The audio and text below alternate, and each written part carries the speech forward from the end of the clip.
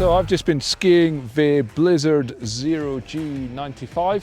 So this ski, essentially the model's been around quite a long time. It's about 6 years or something.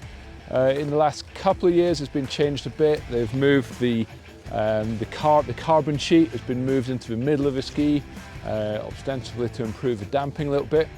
Very classic ski touring ski. It's pretty light, I think 1400 grams for the ski alone. Pretty playful actually. I quite enjoyed that ski. Soft stuff, pretty good. In the cruddy stuff, a little bit jittery. On hard pack, you can't drive it too hard. If you drive it too hard, it was definitely, it was losing the edge a bit. So who's this ski aimed for? I would say intermediate level ski tour. We'd find a lot of fun out of this, light enough for the uphills and still a lot of fun to go down. So this is the Blizzard 0G.